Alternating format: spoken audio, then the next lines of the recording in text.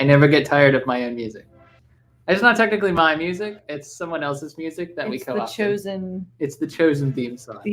Hi, everyone. Happy Tuesday. Happy Tuesday. 2 weeks in a row with us. That's a rarity. Hope you don't get used to it because we can't keep it up. No. We're going back to every other. We're still working on this because we didn't have any time to get to it over the weekend. We were very, very busy. But the good news for you is that there's vlogs coming because we were very, very busy.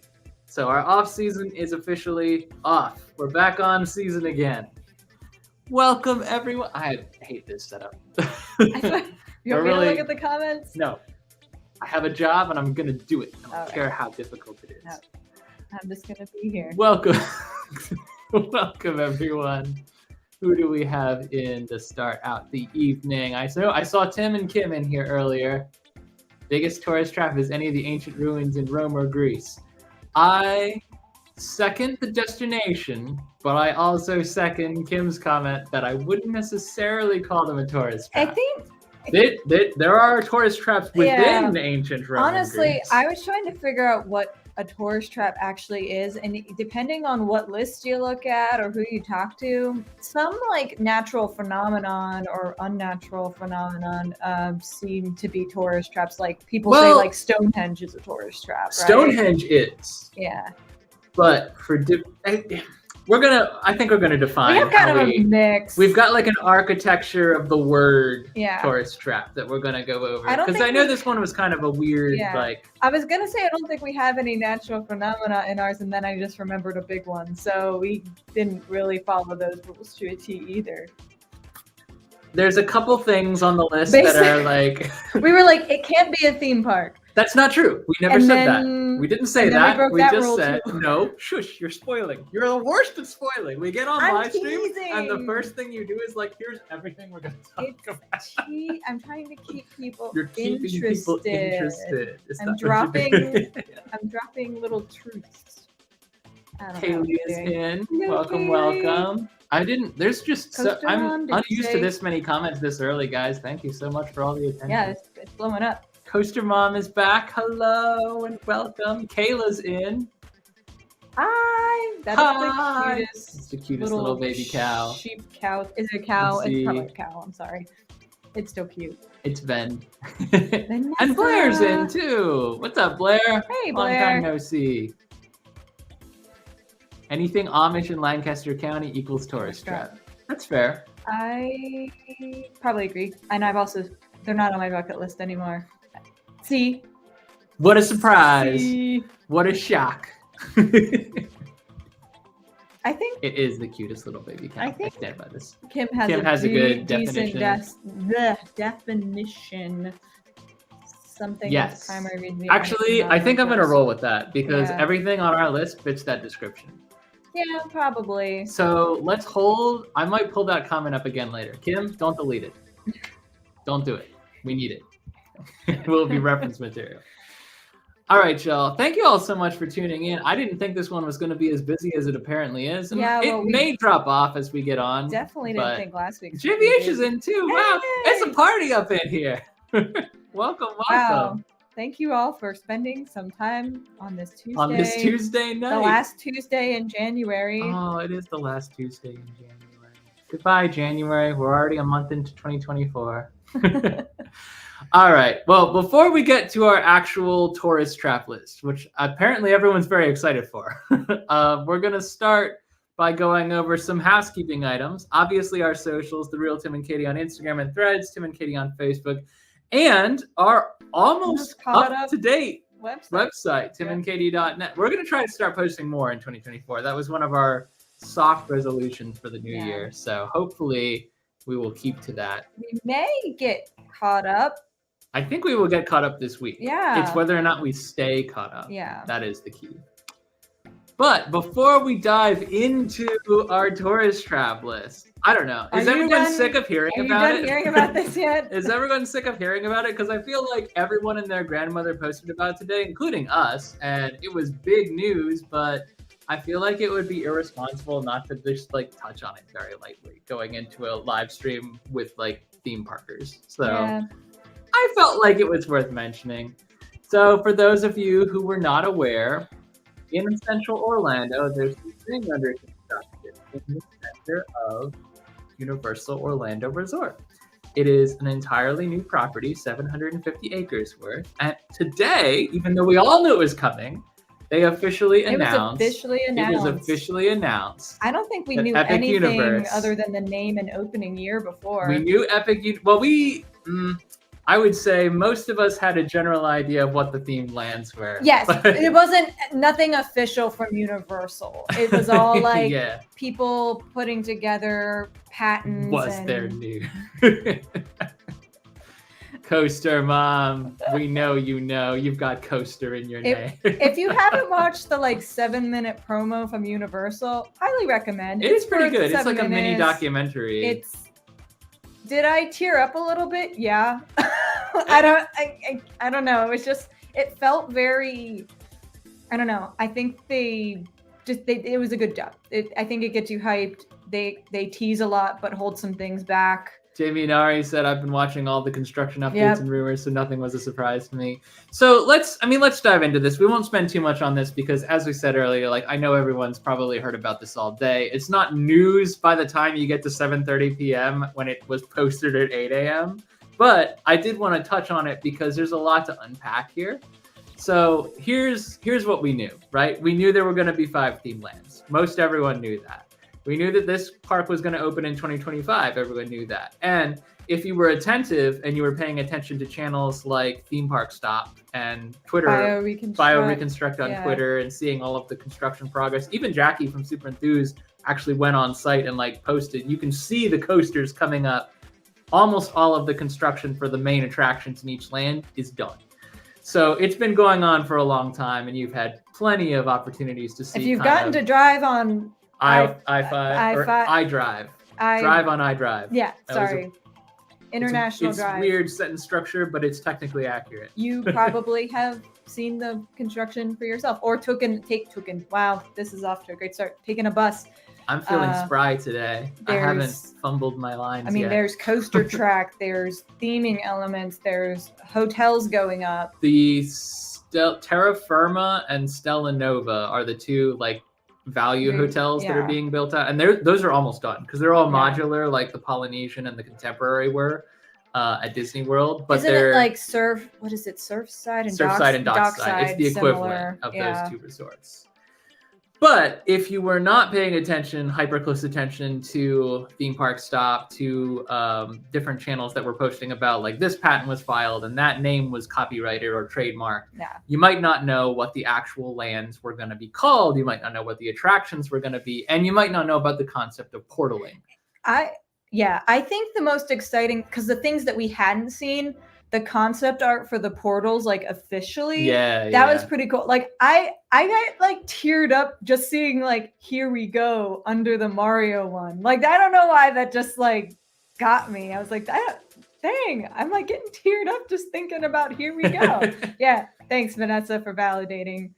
my here's the thing. feelings as well. When Universal was working on Velocicoaster, which now everyone knows is one of the top coasters in the park, but when they were working on it, we all knew it was called Velocicoaster because they trademarked that early on. So we knew going into it, this is probably going to be Velocicoaster. That's where Velocicoaster is going to be. I thought the fans named it. And they kept burying it as a churro stand. The yeah. fans named it that because that's what they trademarked. Once the trademark was filed, it was easy to guess, and then everyone started the rumors started flying, and that's what it became. Yeah. So when Velocicoaster was actually announced, like fully announced, and they said everything that was going to be part of it, we all kind of knew, but it was like, you know, watching like a murder show and then finding out I was right about the murderer. Yeah. It was like a rush. And the same thing today. So what they did today, for any of you who missed that 7-minute promo video, they have officially announced all of the lands within Epic Universe, including the one that was kind of like escaping all of us in terms of titling, which was Celestial Park, the big hub in the center. We knew that was going to be space themed, but we didn't know what it was going to be. I think Celestial Park should be on this map. It's not, though. The Helios is. Yeah. We also found out about the hotel. All right, well, let me just walk through really, really quickly. So if you're... look at that entrance. I know, it's really cool. Sorry, that's so cool. It's really, really cool. You're not going to see it from that height, though, so it's going to look a little bit more intimidating when you're there in person. Ah, it's so cool. So if you're walking up to Epic Universe, you're probably getting off a bus, or you're coming from one of the smaller value resorts. This is what you're going to see first. This is the grand portal. This is the entrance to Epic Universe says within Epic Universe. And once you go through this portal, you're in Celestial Park. So you're technically... The idea behind the portals is that you're leaving the world of bills and car payments and whatever else you have going on in your adult world, and you're coming to this new and creative and fantastical land where nothing bad can ever happen to you. I'm sorry.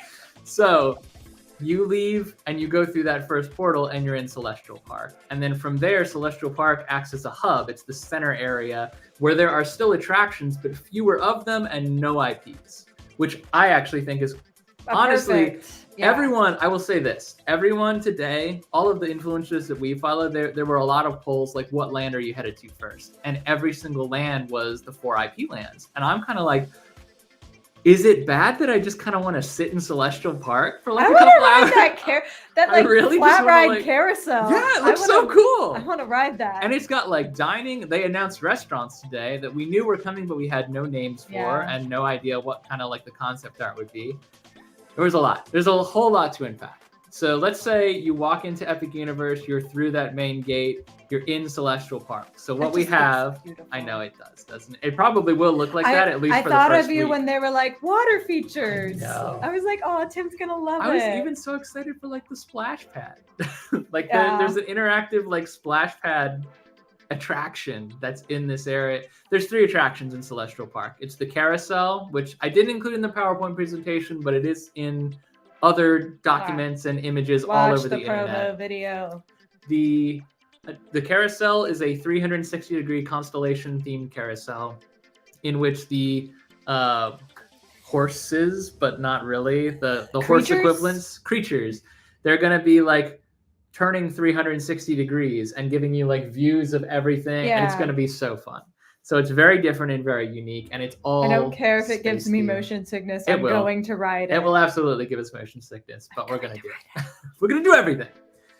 The next attraction is a little kind of like a Journey of Water type thing, where it's like an interactive splash pad. I kind of think of it as like a Journey to Imagination thing, even though Moana is newer, because it looks like it's on a smaller scale. Yeah. But it is going to be something akin to what you have as like the jumping fountains at Epcot and the interactive responsive water features in Moana. Opportunity to get your shoes really wet. Just something. Well, it's gonna. You got to figure it's Florida too, right? Like there's gonna be need for some water. I'm perfectly fine with it. Some little mists every once in a while might be really nice. And then of course there's gonna be Starfall Racers, which is the big coaster. You can already see peeking over the top of the perimeter. And that is going to be one of the fast. It's not going to be as tall or as fast as Velocicoaster, but it's going to be one of the tallest and fastest coasters in the park. It's long. I think the track layout is longer. And it's dueling, so it's Yes. kind of a callback to Dueling Dragons, which they had to pull out. They will not, technically they're racing, but they're like weaving in between each other. And I think the tracks are not identical necessarily They're not. either. They are very similar, but they So- are not the same. Do you know what I like about this picture? Can you guess what I'm going to like about, like, if the landscaping? Trees? Yes. Oh my gosh, like some shade in a theme park. Are you kidding me? That would be nice. I mean, I know the trees aren't going to get there overnight, but No, I they're like gonna have to go. I like the idea. But some of it, when you go to landscaping for a theme park like this, yes, there's going to be some areas where they want natural trees to grow in, but they're also, Yeah. I think, going to transplant some fully grown trees to put Yeah. them down so it looks kind of like this when it starts. That would be cool. Not completely like this, but I think it'll look close. I really do. Yeah. I'm just going through Yeah. everyone. Everyone had a lot of comments. Yes, Constellation Carousel. It does look epic. Absolutely. Carousel looks like it got inspiration from Derby Downs. Yep. I would believe that. There's a lot. Some of you won't know what this is, but a lot of you will. And those who don't, I highly encourage you to do some Googling because your minds will be blown. It looks like there's a lot of Europa Park in Epic Universe. There's definitely. There's a lot of Europa Park inspiration. And this is going to be probably the flagship North American theme park for a while. It reminds me of some European theme parks, and from what we've seen, I'm excited. If we were to redo a Disney versus a Universal video, we did that like 2 years back, and it was honestly very unpopular as a live stream because we came out very Universal in a lot of categories. Yeah. I feel like now it might be less controversial because Yeah. Epic has really changed the game for Universal. Yeah. Anyway, we can't spend all day on this, so I'm going to move ahead. But Yeah. Celestial Park is going to be your hub. From the hub, you're going to go off into 4 different themed lands, if so you choose. And through each of these lands, you're going to have the opportunity to pass through portals. Now, this is Celestial Park at a distance. This is only concept art. Makes me really excited for when the sun goes down. And that's Starfall Racers kind of, I hope it has the light package on it that it's Oh my implied to have gosh. because it will Look like amazing. shooting stars. Yeah. But when you go towards the back of any area in Celestial Park, you will be met with a portal to a corresponding IP-based land. That's I forgot the to talk about the restaurant too. No, we mentioned that there would be restaurants. I'm so excited. I spent too long on one slide. Atlantic is the name of the restaurant as far as we know. There we go. Portals. So top left to bottom right, top left to bottom left clockwise would be Ministry of Magic, Harry Potter's Wizarding World, Dark Universe, which I'm going to talk about Dark Universe when we get there. Super Nintendo World, and then How to Train Your Dragon, Isle of Berk. All 4 of those themed IP lands were things that we knew were coming, but hearing them announced is, again, it was such a rush. Validating. It was such a rush this morning. It was like everything about Epic Universe for a little bit did kind of fade into the background for us because we were hearing so much about it for so long and then nothing for a long time. And then when Universal officially announced it and gave like kind of an insight, they hit it exactly the right time. Yeah. We needed this injection of Universal news. So real quick, I will touch on, this is as far as we got into each of the individual lands. I will touch on each one of these really quick. The Ministry of Magic is expected to be a kind of out of time Harry Potter area. It's the British Ministry of Magic, but they've said also the French Ministry of Magic. And the French Ministry of Magic. It's expected to be scenes, vignettes, and moments from both the Fantastic Beasts franchise and the Harry Potter franchise, like during the actual movies, the mainline movies. Yeah. So don't really know how any of that's going to work. They were very hush-hush during the promotional video this morning. Flagship ride for that area. I suspect we're going to get more information in the months ahead because Epic Universe is expected to open in 2025. But in the meantime, we did get a little bit more information about each of the other lands. Dark Universe, I will say this one thing. Hold on, this requires a bigger screen. I will say this one thing. If y'all remember, and some of you might not, Universal had originally planned, the movie company, the NBC Universal, not the Parks division, they had originally planned to do a shared universe of Universal, like reboot Universal monsters, starting with Tom Cruise's Mummy reboot. It did not go well. It was a spectacular failure, and no offense to Universal, but everyone knew that was going to happen because he had a Mummy movie with that Brendan Fraser. So when that happened, they had already trademarked Dark Universe because that was going to be their shared continuity universe. Yeah. And to find out, we knew this was going to be Universal Classic Monsters Land, right? Anything from the concept art originally to BioReconstruct's overhead to the kind of hints with the branding, the patents. We all knew it was going to be Universal Monsters, but never once did it occur to me this could be called Dark Universe. I was like, oh, it's genius. They don't have to file a new trademark because they already have it. They're just recycling stuff. It's wonderful. Yeah. It was like the perfect synergy between the Universal Movie Studio and the Universal Parks division, and I think it was just brilliant. Even though it was so stupid simple, and we probably should have figured it out, I was just like, yeah, wonderful. And I'm excited to say Dark Universe out loud now, whereas I wouldn't have been when I was talking about the movies that were really just not that great. And they are, they're back to their roots. They're back. I mean, the Universal monster movies are some of the foundational movies for Universal. And besides, the Monsters Cafe that has been retired, and the makeup show, I don't think there's really a lot of love for the Universal Monsters in the Parks outside of Halloween Horror Nights. Sweet Coaster Mom. So it's cool to see like dedication to those IPs, and in a way that's never been done before. Yeah. And it's very permanent. So yeah, and some YouTubers, I won't say who, have made the case that success with Dark Universe, and we know it's going to be successful. You can't even fathom how many comments I've seen today alone with which land are you going to for? Everyone wants to go to Dark Universe first. By the way, I think that's a huge mistake because the ideal way to see Dark Universe for the first time is going to be after dark.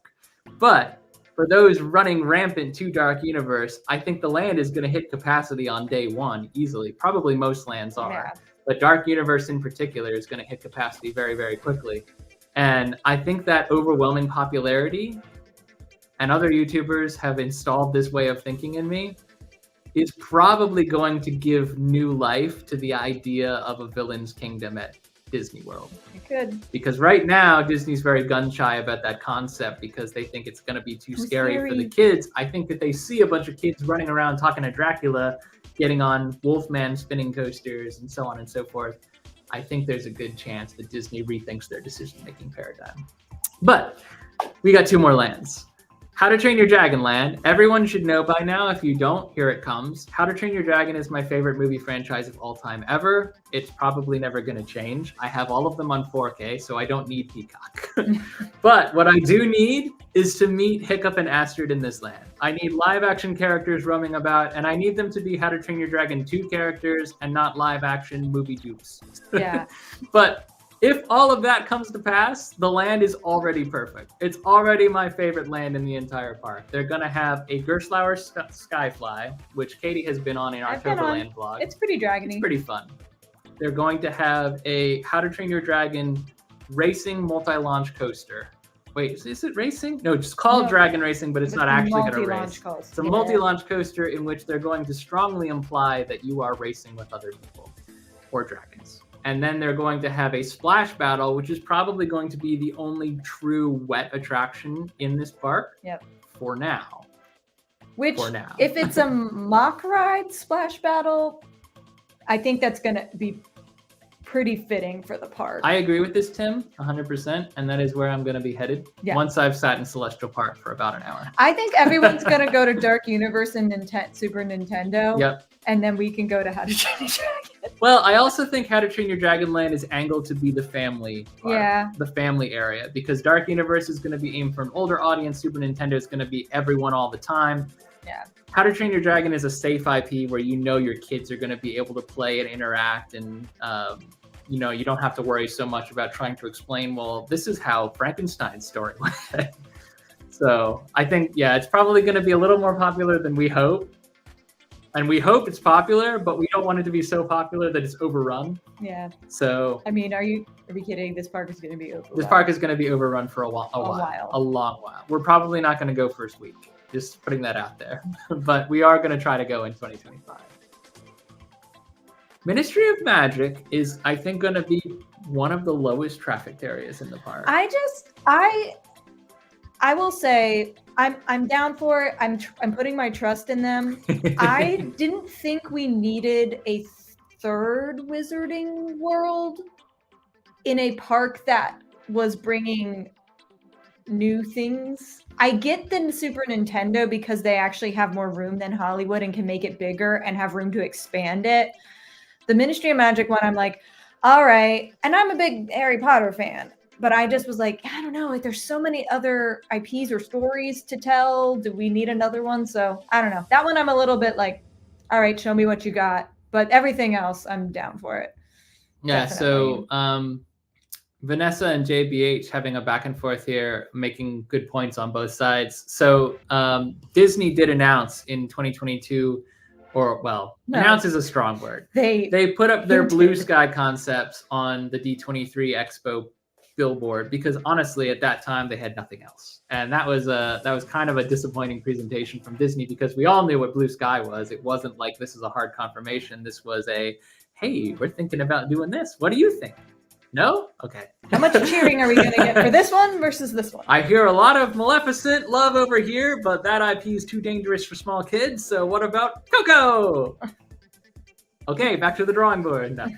So Disney has been doing a whole lot of back and forth. I think the only hard plans they have right now are for Animal Kingdom. And I think those plans are largely confirmed, even though they have not officially confirmed them. They're going to be gun shy about confirming them until they're absolutely sure that they're going to do this, that, this, and the other thing with the existing space that they have. But JBH was talking about this because they did mention an expansion beyond Big Thunder Mountain, which, as listed here, Coco and Kanto, and a villains area. Now, the villains area was something that they wanted to play with. They weren't 100% sure whether or not they were going to go for that because it's been brought up before. This isn't the first time. This is probably the third iteration of a potential villains land. And as we say, I think now when they see the popularity of Dark Universe, they will be less gun shy about that. But in the meantime, the Beyond Thunder Mountain concept is very much flexible. It's very open and it's very much not confirmed. They're not going to do anything with that until they're absolutely certain it's going to be profitable and marketable to all ages who might visit the park. So, just to go back to Epic Universe, this is going to push Disney to do some risk-taking. Yeah. I think this is going to have to, and they know that. They see this coming and they see the writing on the wall. They're going to have to expand rapidly in ideally all 4 of their parks in order to keep up with this. But I still think Universal is going to steal the market share for a bit. I think now anyone who's planning a Disney vacation is probably going to be planning a Universal vacation with Disney in it. So a rising tide will lift all ships in some respects, but Disney is going to have, for the first time in forever, Disney is going to have equal or slightly less to do in its parks than Universal is going to offer, which is a huge thing for Central Florida. Our last land, of course, is Super Nintendo World in the bottom right, and that is a land that everyone, I think, at this point knows about and has known about for some time. We've had Japan do it. We've had Hollywood do it. Hollywood's version slightly smaller. This is going to be the biggest and most unpacked version of Super Nintendo World ever to be created. Japan is currently in the process of expanding. I honestly do not know who's going to get there first because Donkey Kong is the last piece they need to match ours in North America. Or sorry, in the East Coast. Florida. North America is technically California too. Yeah, so we'll see. Probably Japan's going to get ahead of us just slightly because they did start work on it a little bit earlier and we've got further to go. But Super Nintendo World, as Malik has been saying, is going to be lit. It's going to be lit regardless. I agree with this too. Harry Potter does. It is does. Like a constant money-wise, does it make sense? Yeah, it does. I guess I just was thinking, I don't know. I mean, and these are some concepts that were tossed around as possible like expansions to Epic Universe, because there is land around it where they can build more lands. But I was like, I mean, they tossed around like, what if they built a Lord of the Rings land? Like, holy moly, that would be amazing. I think Coaster Mom intends this question for you, but I'm also putting it out to the group. Anyone who wants to comment on this, because Ministry of Magic, I think it's not an unpopular choice, but it is kind of of course they're going to do that choice in where they could have an expansion into a different IP. So what do you all think? What do you think? What would you rather have instead of a Ministry of Magic? I mean, yeah, I would have said probably Lord of the Rings. Since a Lord of the Rings park doesn't exist anywhere in the world, I don't think. I will say this before everyone gives up on this, and then I will also comment on this. So there are two areas. This is something that they did not talk about in the video, and rightfully so, because it would get people excited about the wrong things. There are two plots of Epic Universe's 750 acres that are set for expansion, that are currently completely unoccupied with nothing but trees, and they are planning very much to use those areas. Epic Universe needs to open with its 4 themed lands, 5 if you count Celestial Park, and operate for a little bit to make their money back, and then they will focus on expansion. But there are already some rumors about what's going around in Universal Creative and how they're going to use those properties. I'm going to give you 2 things that they have talked about supposedly. I was not there. I cannot confirm this. I wish I was. I really wish I was, but I cannot confirm this for you. I can only tell you what we have heard. The first is Lord of the Rings. Universal has secured theme park rights to use Lord of the Rings for attractions. So it seems almost like a given that we could see a version of Rivendell at some point. But it's not a given because they haven't done anything with those rights yet. So be aware of that. The second is indeed a Legend of Zelda land. The only reason I think this is shaky is because Keeping Up in Disney is 100% correct.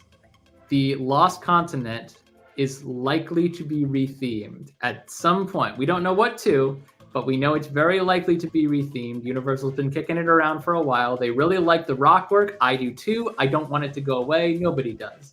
But it would be so easy to transform it into a Legend of Zelda attraction that would go hand in hand with what they're doing at Epic Universe and bring synergy to all 3 parks, particularly because, where is it? I saw this one too. No, Simpsons.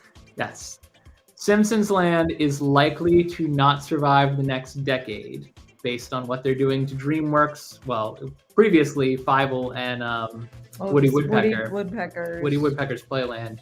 So that area is already being rethemed to DreamWorks, which is a more popular, more modern, kids-centric IP.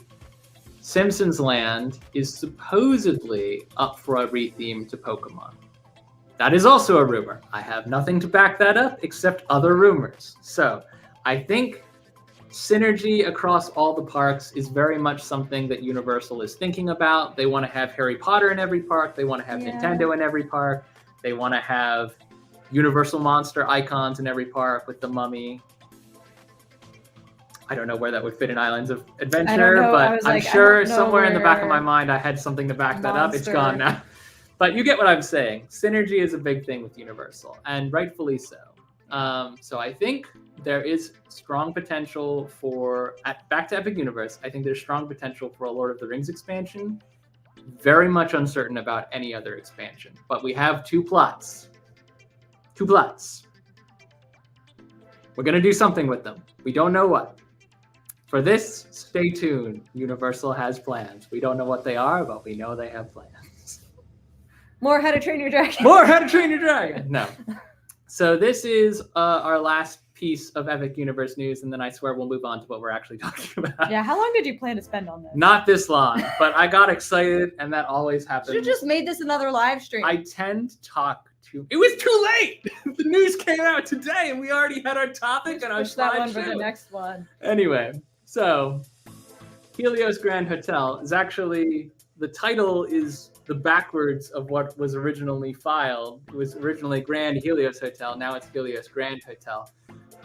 The blueprints are essentially the same. So we kind of knew this was coming, and we're just as excited about it as always we were. Ready to spend Because, all our money oh my here. god, you can't even fathom how expensive this place is going to be. This is going to be the Disneyland Hotel of Universal, and it's going to be just as expensive, even though it's brand new instead of nostalgic and historic.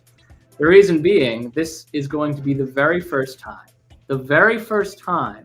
in Florida, period. Not just in Universal or in Disney, in Florida. This is going to be the very first time that we have a theme park centric resort hotel in the theme park. You will be able. I think it's the first in the United States. I don't know if that's true, but I will verify. I think it's the first in the United States. Technically, Grand Californian, you can connect into. That's not being CA. in the. But it's not in the theme park. This, though. yeah. Well, then you can still enter the hotel from outside. Yeah. You need to be able to do that regardless. It's fire safety. But I suppose this is biggest going to comparison be we very can. much an answer to Disneyland Paris's Disneyland Hotel, which sits between the Walt Disney Studios Park and Disneyland Paris. This is going to be literally, you go inside the hotel, you check in, you go up to your room, and God willing, you've paid for a premium theme park view. You open the blinds and you look down on Celestial Park. It's right there. There's going to be a fountain show in Celestial Park as well. They didn't talk about that much during the promo video, but we all know it's coming. You saw the fountain shoot off. Yes, we did. So there's going to be like a Bellagio style fountain show that you're going to be able to look down on. I don't know. I'm ready to spend just like thousands of dollars on this day. It's probably going to be twice as expensive opening week and the several weeks thereafter, but I'm ready. Yeah. I'm ready to not go opening week, but then go soon after and spend more money to get more value out of it. I'm going to stay in this hotel. It's going to be the first Epic Universe stay for sure. And for a lot of people, I'm sure that's the same case. I've been ignoring comments. I'm sorry. Oh, thanks, Coaster Mom. We love you, Coaster We're just Mom. Rambling. Sounds like a tourist trap. I mean, probably. I'm trying to follow Kim's rule now. Paying more money, drawing people in who are not locals. Yes, I think it does kind of. Now this Roadside Explorers? First of all, welcome. It's been a minute. It's nice to see you. Is Cedar Point? Are we talking about Hotel Breakers? Is that physically in the park? Because I know it has its own secret entrance to the park, but I don't think it's physically inside the park. Correct me if I'm wrong. I've never been. We've never been. Point. But 2 Tickets has stayed at. Hotel Breakers. So they would know. Someone tell me. It's definitely to the scale, I think, going to be unique. Whether it's the first one to ever do it, maybe not in the United States. I know there's definitely this is also true. Tokyo Disney Sea, I think it's the Miracosta looks out into Disney Sea itself. So you can see the fireworks show, you can see Fantasmic. I mean, it's not the first hotel to have a theme park view, but this theme park view is not, your view from the Contemporary. It kind of breaks the park almost in half. So kind of in the park. So that's Hotel Breakers? That's Hotel Breakers, I guess. Yeah, that kind of sounds what we're describing then. Yeah. Good. Okay. Well, good. We're trending in the right direction. So it's not the first one in the United States, but the first one in Florida. It's definitely the first of its kind in Florida. Yeah. And it's going to be a great stay. We don't have pictures of any rooms yet. We don't know what the rooms are going to look like. We can only imagine they're going to be very luxurious and glamorous and still somehow not worth the $2,000 a night it's going to cost. I was going to say. But we're going to stay there still anyway. Somehow we're going to go stay there for 2 days to say we've done it. And we're going to do it. And then we're going to go to Hilton after that because we'll be broken. Yep. That's pretty much what any vacation to Central Florida entails. Should we get to the main thing we were supposed to talk about? We should probably get to that, yes. So, oh my gosh. I do want to say hello to John as well, who jumped in the list. Hey, John. Welcome, John. Good to see you. All right. So, actually, I think it's great that Roadside Explorers is here now because I know they live for this stuff too. So, that was Epic Universe. We have probably talked more about that than we were planning to over the next week or so. I knew you were going to talk about it forever. You don't know anything. I knew it. You know nothing. But tonight we're going to be talking primarily for the rest of our evening about tourist traps. What? What?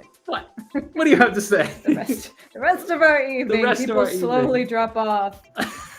Sorry guys, I gotta go to bed. It was Epic Universe was a big deal today. All right, so I'm gonna real quick pull up Kim's comment from the beginning. Kim, I hope you didn't delete it because we need it. It was close to the beginning. I know. There's been a lot of comments. We've been on for a minute. Everyone's been very vocal. So let's operate with this. A tourist trap is something that's primary reason is to get money from non-locals. The kitschier, the better. I love that definition. Yeah. That is very much the kind of tourist trap that we're into, that we always go for. The reason that we wanted to make this its own list is because we've done theme parks. We've done bucket list theme parks. And honestly, we're due for another one because we visited some of the bucket list theme parks we originally had on that list, and our list has changed. But we've done bucket list theme parks. We've done bucket list haunts. And as we were thinking about bucket list destinations, resorts, other places we wanted to go, we started thinking, you know, there are places that we want to go for like one stupid, silly thing. Yeah. There's places like Gatlinburg and Pigeon Forge where we want to go for a lot of stupid, silly things. We've already made it to some of our bucket lists. Tourist traps anyway. So. But that's kind of where our heads were at. We were like, is there like a way to comprehensively consolidate a list of like weird touristy things that we think are going to be super fun, super expensive? They're all super expensive. Yeah. They're way overpriced. That's the definition of a tourist trap. But they're fun to experience, to see, to do, to have said you've done. I think definitely some of the things we did in Vegas were big tourist traps. Definitely.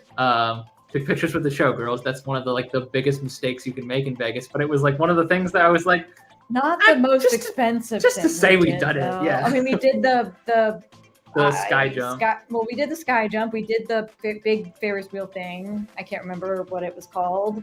I the can't either now. Something. It's not the London Eye. No, it's the wheel. It's the hotel's name. Yes, all I can remember now is the zip line thing. Oh, what did you make? That's you why made I'm up trying the to zip think of it. line. All right, we're gonna spend too much time. Oh my god. Anyway, but if you remember what the name of the big wheel is in Vegas, let us know so we can go to bed. We did at it some point tonight. We did the thing. We did the sky. We did the flying theater. I like how you wrote life like a gangster too. Life. That definitely makes it. It makes you more committed, if anything. Yeah. So, just as an example, before we move into our official list, this is one that we knocked out earlier last year, and that was the Jurassic Jungle Boat ride. You guys can't even imagine how long and how much I wanted to do this. This is the stupidest little attraction. Yes, the high roller. That was it. That was the Ferris wheel in Vegas. Thank you. So, Jurassic Jungle Boat ride is in Pigeon Forge. It's basically, as Katie described it, and this will always live on in infamy, Rainforest Cafe, the ride. It's a bunch of slow-moving animatronic hydraulic dinosaurs that basically just growl at you in the dark, and then you move past them. And it lasts for like 25 minutes. Yeah, you're on it for a while, but it's like $17 per person. It's so per expensive, ride. but it was so fun. It was. I would 100% do it again, and will. It's a given. I don't think we'll go to Pigeon Forge like all that often, but I have a feeling we'll probably do it every time we go. Tim, that almost made this list. Actually, you're talking about Meow Wolf. Yeah. I thought you were talking about the Jim's Jungle grocery store. Wait, are you talking about Omega Mart? I think you're talking about I think he's talking about Omega Mart. Yeah. Which is a Meow Wolf exhibit. Which, yes. For clarity. Yeah. So, yeah. Having said that, defining tourist traps, there's a reason that Bill Cipher is our thumbnail for this one. If you don't know who that is, you need to get on Disney Plus and start watching Gravity Falls yesterday. But let's start the list with our actual bucket list items. Definite tourist trap. And this is we couldn't narrow it to 10. That's how stupid we are. Yeah. That's how easily influenced we are by fun, kitschy, touristy things. Yeah. So we narrowed it to 15. This is our first and is one of the biggest things on our list and has been for a while.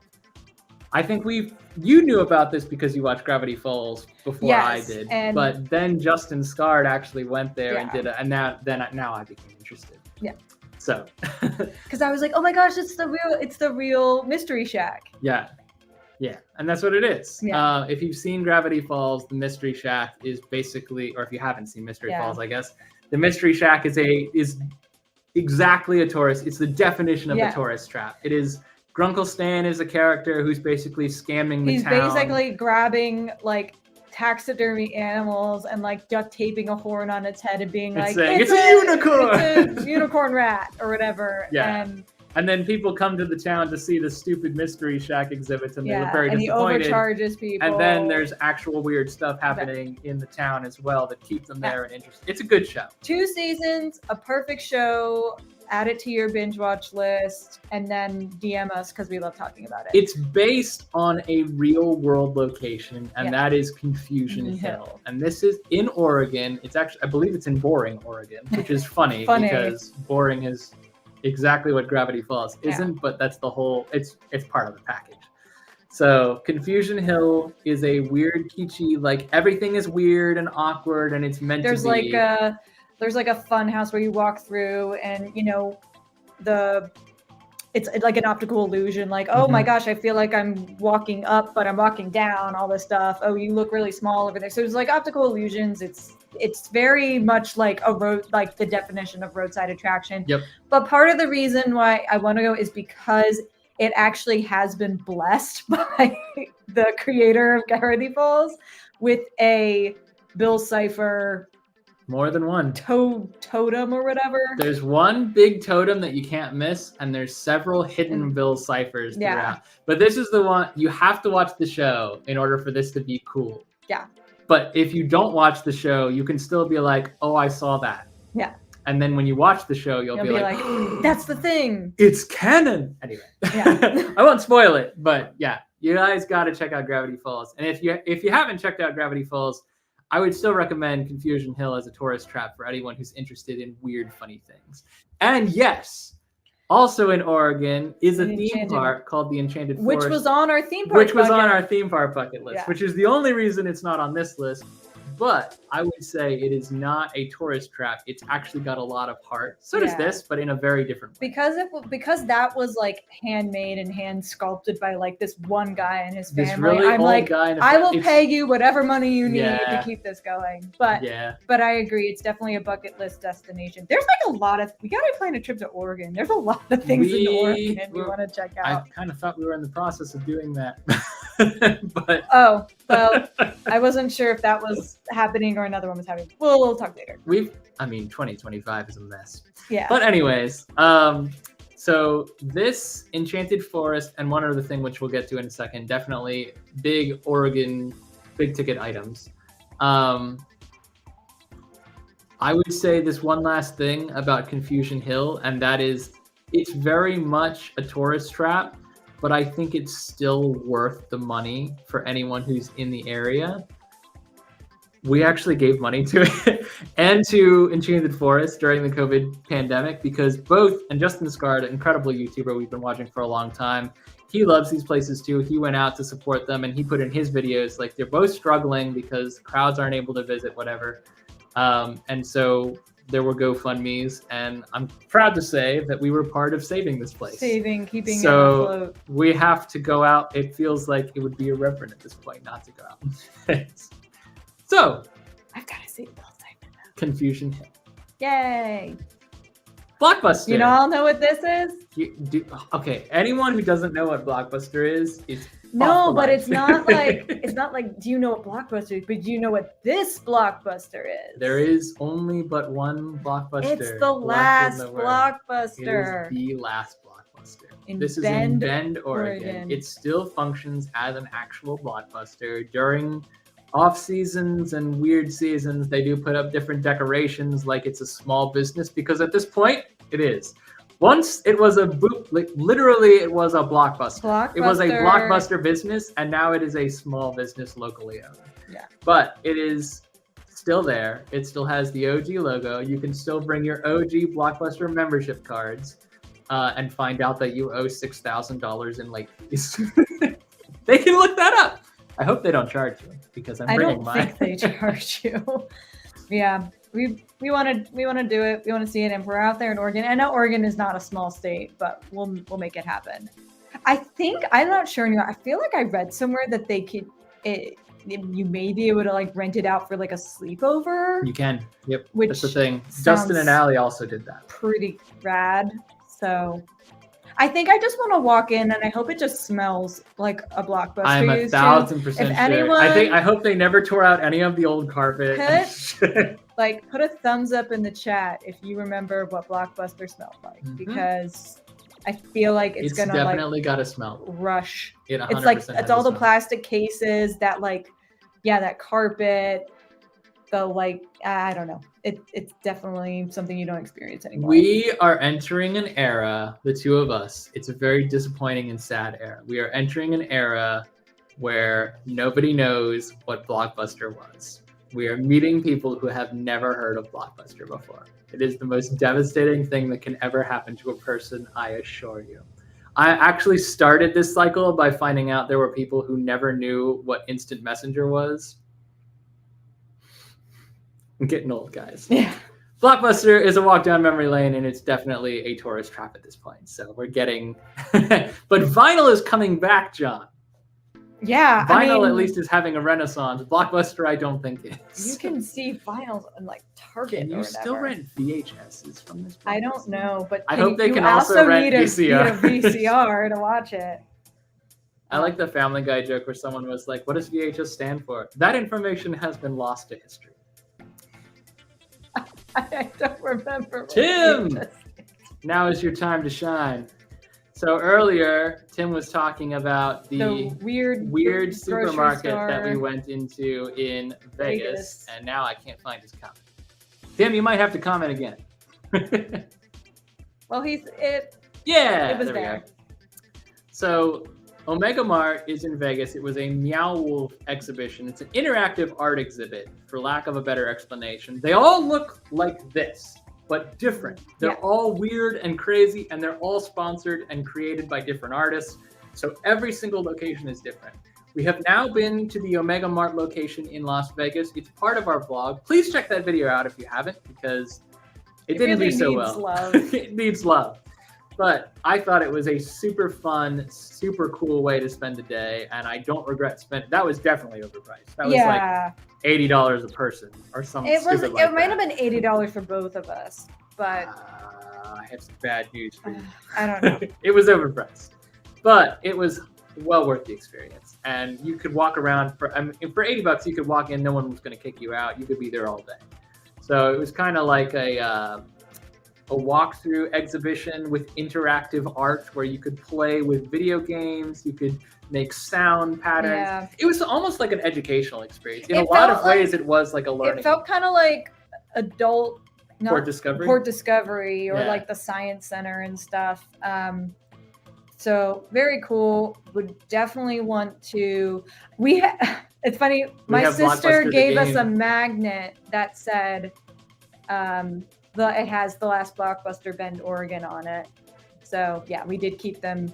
My sister helped keep them in business. That sounds like you. I have that on Blu-ray. I know, but it sounds like you Listen to me, internet. I have that movie on Blu-ray. I have the first 3 movies on Blu-ray because those were the best movies. The last good movie was Lucario and the Mystery of Mew. That's it. I'm done. I've said my piece. Done with the live stream.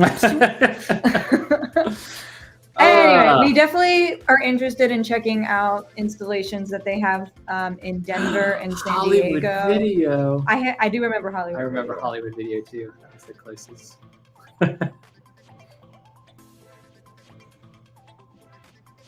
I'm getting sidetracked. I love all these. You guys are so active in the comments right now. You are all wonderful. You're my people. Don't think the Meow Wolf. Yeah, I mean, I do want artists to make their money, and I know we're getting to interact with their art in a weird way, but we're saying it may be overpriced, but we're gonna pay the price to go see it. It's definitely overpriced, but it's nice thing is it's a totally indoor. Typically, in Vegas, it was a totally indoor activity, and it kept us busy for several hours in the air conditioning out of the sun.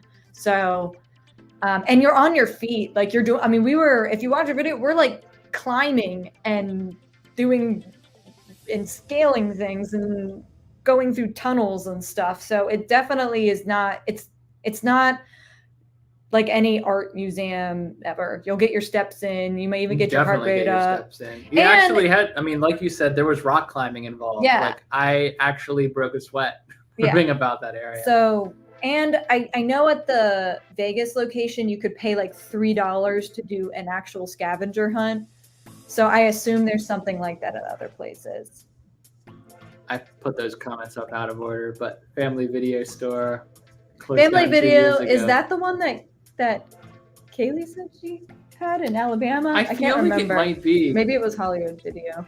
No, it wasn't Hollywood Video. Oh. That I know. Anyway, we were reminiscing with Phantasmic Fandoms about Phantasmic Travel. Sorry, Phantasmic Travel. Oh, wrong. Kaylee about video rental stores a few weeks ago. I'm going to say this last thing about Pokemon because I know we have a couple more Pokemon people in the chat. If you guys want, if you feel comfortable with it and you want to put your Pokemon Go trainer IDs in the chat, I will friend you and I will send you gifts every day. That's the kind of trainer I am. Yep. All right, we can move on.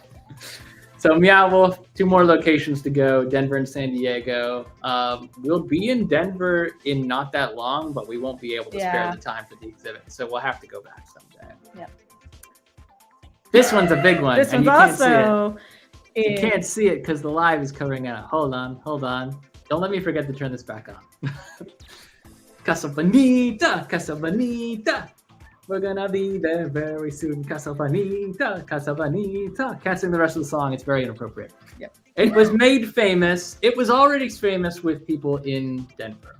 It was a very popular Colorado restaurant. It was like the Rainforest Cafe before the Rainforest Cafe was the Rainforest Cafe. It's got a long history. But it was made much more famous by South Park. And now, because of the pandemic and because it was closed for so long, had to lay off all of its staff, the original owners were unable to keep it going and were about to sell it for scrap. Guess who purchased it? Hold on. This also requires a big screen. South Park.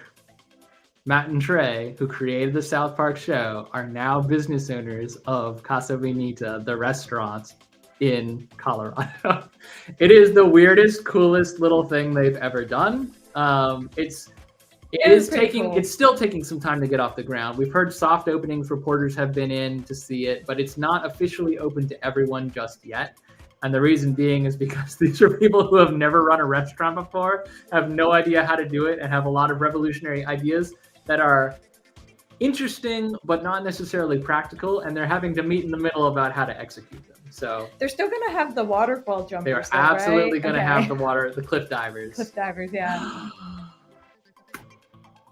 All right, that's the coolest thing you've ever said. Oh, that hurts. It hurts me. I want to go so bad. But what does... We also want to go here so bad. Whole family. A birthday spot. Oh, man. I imagine... I call every single cave. Every single cave that we enter in like a resort or like a themed area with rockwork, every single one, I say, cave. Oh, cool, it's Blackbard's Cave. It's true. Casa Bonita is like legendary for us. It's like the most elusive tourist trap on this list. And so much so, I actually included a second slide so you can all see. It is literally the Rainforest Cafe of Rainforest Cafes. It's like the biggest, weirdest restaurant. I feel like the food might, I mean, depending on... The food is actually supposed to be quite good. Yeah. But now, mind you, it tapered off in quality as the pandemic got nearer and they had to lay off more and more people.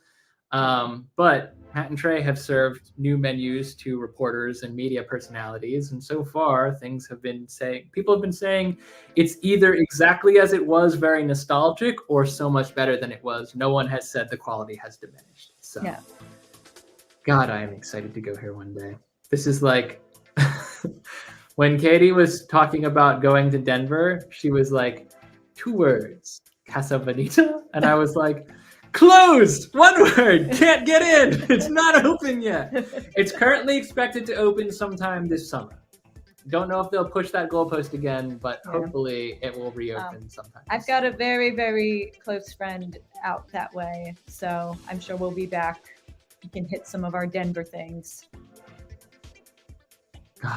The true Blackbot's Cave. Blackbot's Cave. It definitely is. It is definitely that. Well, you know, some people say that Rainforest Cafe food isn't so good, and Rainforest Cafe is like my favorite place to go. You don't necessarily go for the food, but you do sometimes get a good That's plate what of I was food, thinking. and you're It's like, as long as it's like edible and not disgusting, it's probably worth going there. Well, now this one is another one I think that Jamie and Ari will have something to say about because they live close enough that I know they've been there before. I can't remember what the next one is. You'll see in a second. Now hold on. I put a picture of a theme park in the photo because it was the most notable thing at this location. But I swear it is not a theme park unto itself.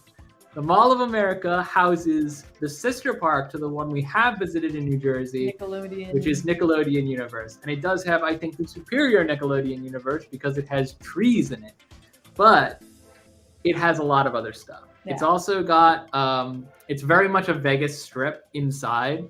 It's got the same flyover that we experienced in Vegas that we thought was one of the best, if not the best flying theater we've ever done. It has one of these. It has an aquarium. It has basically everything the American Dream Mall in New Jersey has times 2. I believe it has a Lego center. I know it has NICU. I don't know if it has the DreamWorks water park equivalent. Yeah. But it probably will have one soon enough if it's popular. And back in the day, there was only one mall in America that had a theme park prior to the American Dream. It's the original. It's the original Nickelodeon Universe mall, yeah. Yep. It was the coolest mall, and it remains to this day for many people the coolest mall. Yeah. I don't think it's. I know, but bear in mind, these are not places where you go in with high expectations. Yeah. These are places where you're like, oh, this is gonna be wicked because it's so silly and dumb. Yeah. Back when it was Camp Snoopy. I didn't know there was a. Did Cedar Fair own it? No, Cedar Fair bought rights to Camp Snoopy much later on. Oh, okay. Well, not Camp Snoopy, but Peanuts. Peanuts as an IP. Cedar Fair bought into that later on in their lifespan. Danny Phantom coaster? I love this one. I do a Danny Phantom coaster. I love Danny Phantom. So funny story, JBH. We've done it. We've both been to Sight and Sound. It's been like a long time. I mean, I know they do put on amazing production, and they have things like live animals and stuff, and wild sets, and it's called Sight and Sound for a reason. I would say that fits the profile of a tourist trap by the loosest definition, but I would say the quality meets the value. Probably, yeah. So it's not necessarily overpriced. It is an expensive experience, but yeah. I mean, we're both theater backgrounds, and I think we know what it takes to put on a show like that, and we definitely think that like people putting on live entertainment like that pretty much deserve every penny they can get. Yep. Which is why, even though Broadway and traveling Broadway shows can be very expensive, when I can, I'm willing to pay that price because I know they're not typically making that much of a profit on it. And I still very much like to see live performances wherever, like whether it's a theme park, little show segment, or whether it's an actual, like Katie said, a Broadway show or something like that at the Sight and Sound. I will say, if you guys are interested in seeing what the Sight and Sound Theater is about, JBH does have vlogs on it. You obviously can't film during the production of the show. But as far as our experiences for Sight and Sound, because we can't vlog it, it's kind of a lower priority on our personal totem pole, especially since we have experienced it before. But it's very much worth the money if you are someone who really appreciates like immersive theater and live animals. I will caution for anyone who's not religious, most of the shows have a religious center, which I think is okay. And they don't hide that. It's very obvious. It's not like it's a surprise or a gotcha moment, but most of the shows are like Jonah or Daniel in the Lion's Den, Noah's Ark. But imagine seeing Noah's Ark with live animals on a stage and with an immersive element that makes you feel like you're being surrounded by water. It's a pretty cool concept. It's a pretty cool concept. Yeah. So, having said that, definitely check out JBH's vlogs in case we don't get around to making one. It's definitely a cool experience. Oh, take it from Kim. Don't listen to us, listen to her. I didn't badmouth it. No. I was just saying. I was saying all along it was Yeah. good. I just wanted to warn anyone who was expecting a Disney performance Right, and right, was right. gonna get, Right. a little bit of There's a niche there. religious injection. So I'm gonna take that off again. This one is our first international one on this list, but not the last. There were a couple things internationally. There was a lot internationally that I think are very tourist-heavy locations that we really want to see. But they're more like historical. Yeah, exactly. So like we earlier didn't in really the chat, I know think Tim brought up like ancient Greece and ruins. like ruins and stuff. And there's things that are like, Like those, I think, Yeah. are legitimately like historic museums, locations, Yeah. whatever. Like I I- feel like you pay what you get what you pay. yeah. I feel like, is the Eiffel Tower a tourist trap? Now the Eiffel Tower is right on the Probably. line. But like, I don't know if I would say like everything in Paris is a tourist trap necessarily. I don't know. This one, Interpret as you will. this This one is in, I believe, in Turkey. Turkey, or Yeah, Turkey. Turkey. That's right. They're Yeah, trying. they're They trying- rebranded rebranded. Turkey. Tired of sharing Tired the of being name with a confused with bird. Thanksgiving dinner. Yep. So Turkey. I don't know. It just sounds I weird. think I don't know if I can do it. I think it's Turkey. Turkey. Castle Cave Hotel is exactly what it sounds like it's going to be. It's a natural rock formation that they have carved out and hollowed out and added hotel rooms to. So you go in, you literally like check-in is inside a cave, which as soon as you walk in, you're like, this is already cool. Because it is in a cave, it keeps cooler during the hot months and warmer during the cool months. It probably stays, typically it's around like 65 degrees. Yep. So it's a year-round, like solid temperature, not too hot, not too cold. It also, I don't think they have any kind, and I couldn't imagine it would be safe to do this. They don't have any kind of temperature control in there. Yeah. So it would just be what it would be. There are hot air balloons outside as well, which of course would be another tourist trap thing that we would love to do someday. But this is what the rooms look like. And this, in and of itself, I think is awesome enough that it would be worth doing. It would have to be done someday. So I don't know when or how or if we're ever going to make it to Turkey.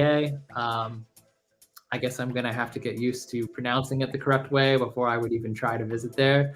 Not a ton of theme parks in Turkey, which is, I know, what we tend to do or what we tend to look for when we plot our international trips. But there is one really good one.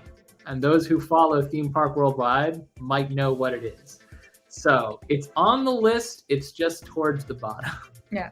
And no, these are, again, in no particular order. Yeah, these They're are just tourist things trips. we're like, But hey. I mean, that's Turkey cool. as a country, like for an international Oh, destination, yeah. is on the list. It's just, it's further down on the list.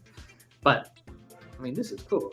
Like very strong Flintstones. I mean, yeah, I think that does kind of look like the inside. I mean, of a how many Flintstone people would I freak out if from my room I was like, "World!" Oh, Get a that's the same in little every Dino language. stuffed animal to bring with you. That's the same in every language, and everyone would hate me for it equally. This is another international that I don't know about you guys. If you follow any travel influencers, you've probably seen this at least once. If you Yeah. haven't, or if you are thinking about, or if you maybe follow friends who travel, there's a strong likelihood that this has been recommended to you in a sponsored post. I'm gonna butcher the actual pronunciation of it, but I'm gonna do it phonetically so that it's kind of safer, and that's Leveninglet. This is in Iceland. It is a little climate-controlled dome that is just a dome. You walk, it's one room, it's a very expensive hotel experience. It's one room, there's several, like 6 to 8 different pods, so it's very expensive to book because they're very competitive. But you get in there, you pull the blinds closed, no one at the ground level can see you, but you can see up because of that dome. And as you lie there, supposedly you can have one of the best, clearest views of the Northern Lights every night. So it's like a natural, like, I mean, you have to be used to sleeping with sunlight filtering in, because if you stay up late to watch the That's Northern Lights, what you're my gonna wake up eye early. mask is for. Yeah, get a good eye mask. But this is, I think, an experience that we can't miss. And also, not like, you know, we have to necessarily have a theme park or a tourist attraction to go to every single country that we want to go to, but if we're going to Iceland anyway, there is that flyover Iceland. It's the same as the Vegas one. But I would totally pay to do again in a foreign country. Oh, they actually have a flyover location? It's the same. It's the same Oh. show that we did in Vegas, but the Iceland one. Oh, I didn't realize they actually Except had it's one in in Iceland. like Icelandic instead of. Oh, who cares? It's guys, flyover make the best theaters. Yeah. The best flying theaters in the industry. I'm sorry to Soren, but Soren is out of date. Yep. Flyover is where things are at now. Anyway, this is a really cool experience, and if you're a I was gonna say naturist, but that means something completely different. If you're a nature lover, Nature enthusiast, or a travel enthusiast, this one I think should be on your bucket list. I guess it's on Mr. Beast's bucket list too. No, he already did it. Mr. Beast's bucket list. I don't even want to talk about it. I'm not going to talk about it. Don Q in Wisconsin and Sunset in. I've never heard of those places. Add it to the list. Yep. We'll have to look them up after the show. After the stick with us after the show for a Q&A with the cast and crew. You have got to put your labels elsewhere. The live is going to cover all of them. Put them like here. I just want a neatly organized screen with an organized PowerPoint. Is that too much? You know, there's a little thing that says live up here. It doesn't say that for them. It only says that for us. Oh. What do I know? Looking like a first-time live stream. I don't claim to be an expert. So What's this? This is Luminosa. And I will say, too, this is a pop-up light festival in Miami. It may travel. It's sponsored by Fever, which is host to many different events all over the country and actually all over the world now because they have expanded internationally. They were the sponsors of the Harry Potter Forbidden Forest experience, which we did when it came to us last year. Definitely a tourist trap. Definitely fun. It is definitely, yeah, it's way too much money, but it's worth doing just like any of the tourist traps on this list. I will say this too, Luminosa is not the only lantern festival of its kind. Basically, any place that you have like pop-up lanterns or light shows or light festivals where you have inflatables or displays like this, I'm interested. We saw the Philadelphia lanterns lanterns were set up, but we saw them during the day and didn't get a not chance to at stay night. until night. So Yeah. Philadelphia, which is not that far from us, does have a annual lantern festival, which we'd really love to go back and check out sometime. And what's the other one I was just thinking of? I don't. Drat. It was in my head and now it's gone. Is it in your notes? Artscape in Baltimore, which is very, very close to us. Why would I not know that Artscape has a lantern festival? Well, why would I forget it? Oh, well. So That's- Artscape it doesn't have a lantern festival specifically, but it has like a daytime setting and a nighttime setting. And the nighttime setting is very much focused on light Gosh, displays and interactive lighting I'm elements. wondering how Artscape has been because I'm sure it's Artscape was canceled for 2 years in a row. yeah. I pandemic, wonder so. if it's coming back. We'll see if it comes back. But that is to say, anything that is like this, I picked Luminosa because I keep getting ads for it, and I have to say, it keeps looking keeps more drawing and more you in. interesting. I do want to experience something like this because I never have. I genuinely Yeah. haven't been like the closest thing would probably be like holiday light displays, which are fun to walk through, but are not like this immersive. They don't have like, a whole under the sea thing going on. Probably the Main Street Electrical Parade is the closest thing. That is seen. probably true. We shall. We will definitely check this out. I assume that's for the Don Q Inn in Wisconsin and the Sunset Inn, and not for Live in England.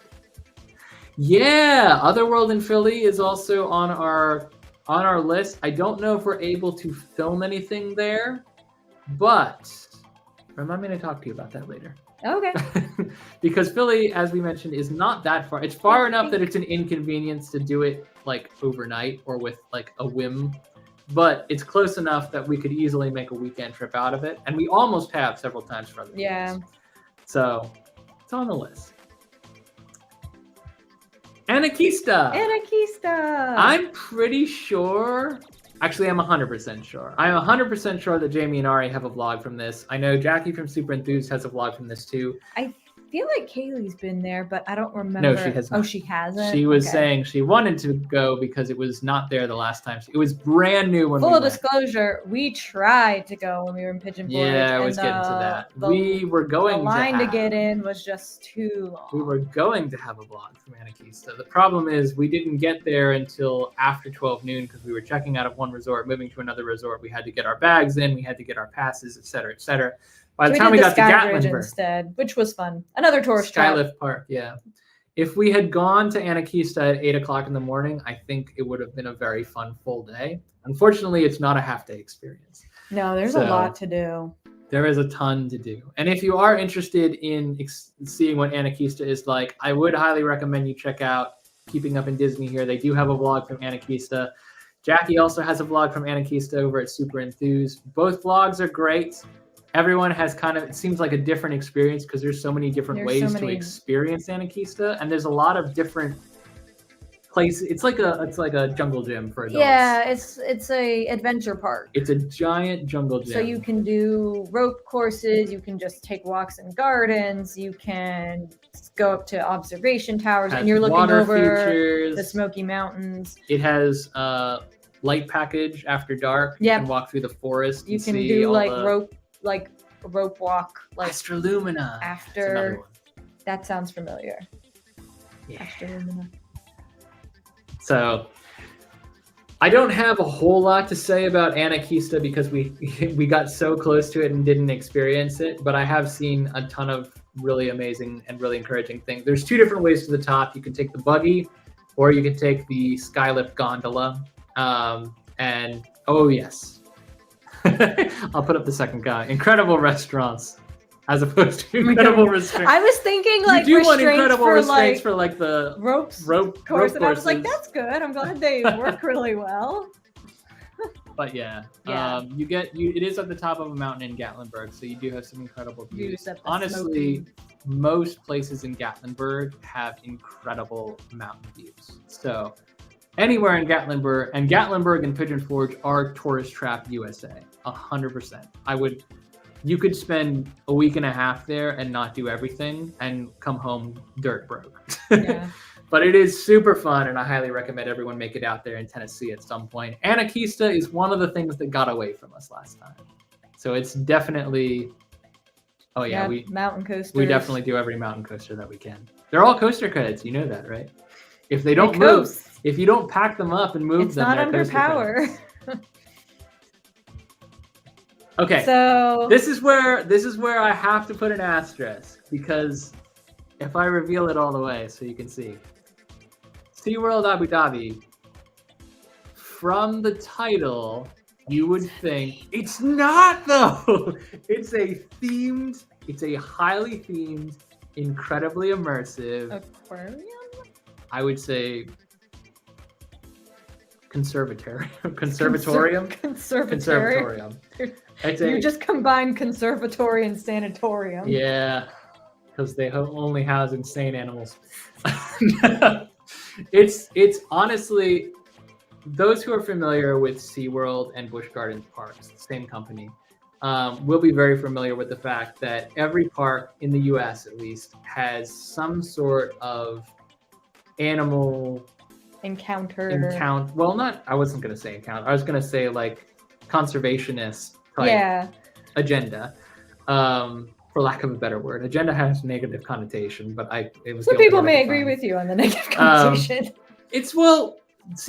Okay, so if you take it all the way back to SeaWorld's history, they do not have the best history with animal shows. I know that they have kind of a black mark on their record because of the orca shows and the documentaries that came out about how they were treated and so on and so forth. I would say in the past decade, SeaWorld and Busch Gardens have put a renewed focus, not just for the PR component, but also because they have gotten involved, like directly and heavily involved with some of the strongest, I don't want to say animal rights activists, but for lack of a better term. Conservation efforts?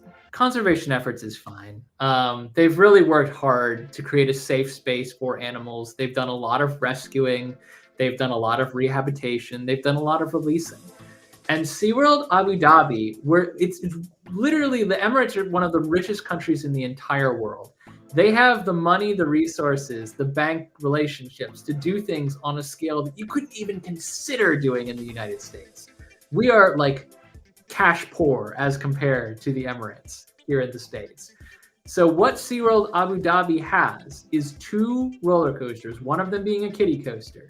And in that, they share some kind of similarity with the SeaWorld parks in the United States. But if you look at any of the vlogs or videos or any of the Instagram shots that have come out about this park since it opened less than a year ago, it is so much more an aquarium and a conservatorium than it is a theme park. And it has some of the most immersive, wildest, most tourist-friendly exhibits I have ever seen in my life. Even in video form, I feel like the videos can't possibly do it justice. This is something that I think we need to see in person. But the scale of it is outrageous. It is like ridiculous, like the heights of like some of the ceilings and stuff, and like they have like a 40-foot like aquarium that you can see like the animals through, and this all indoors with the exception of a little bit of coaster track because of desert. Their use of screens is very tasteful. Like this is a whole like the 360 screen runs and they around do like a night an evening show in here that includes drones and pyrotechnics. You can see the balloons in the background of this photo. Sorry, I tried to pick a photo that had a piece of that night. These are like there's fireworks going off inside, and those are drones inside drone-driven balloons that move around like they're actually swimming in the ocean. And it sounds unbelievable and kind of fantastical, but against the backdrop of the screen and timed out the way they have, it's so believable. So yeah, I mean, this is technically by all legal definitions a theme park, but it is so much more than that. And it is not just that. And I would argue it is 90% animal aquarium centric and 10% theme park, as compared to all the other theme parks around the world. Theming in here is second to none, off the charts. We do have to pull up that comment about filming, though. Yeah, because this is the one. This is like the one SeaWorld park. This is the one SeaWorld park that does not allow on-ride filming. That we know, unfortunately. And I think that might just be it might be like an Emirates rule or something. I don't know. Well, there are parks. I mean, you brought it up too. There are parks that do make exception for people with certain media passes, but it's very much. I think it is a cultural thing. I think it is very much like they don't want the loose articles liability. Everything is built so much bigger and grander. It also may be like insurance costs are way higher. So it is probably very much. Or it could be. It could be. Maybe it's a privacy thing too. I don't know. But yeah, that's the only one, because we did recently watch a vlog with a very prominent vlogger who was not allowed to film, and we were like, oh, okay. Who was offered free tickets? Yeah. Who was there as media? As a media and guest, was still not permitted to film. Did I miss this whole name change? Yeah, I didn't. I was pulling that up because I didn't know. You guys are talking about SeaWorld, right? It's not SeaWorld Parks and Entertainment anymore. It's United Parks and Resort Incorporated.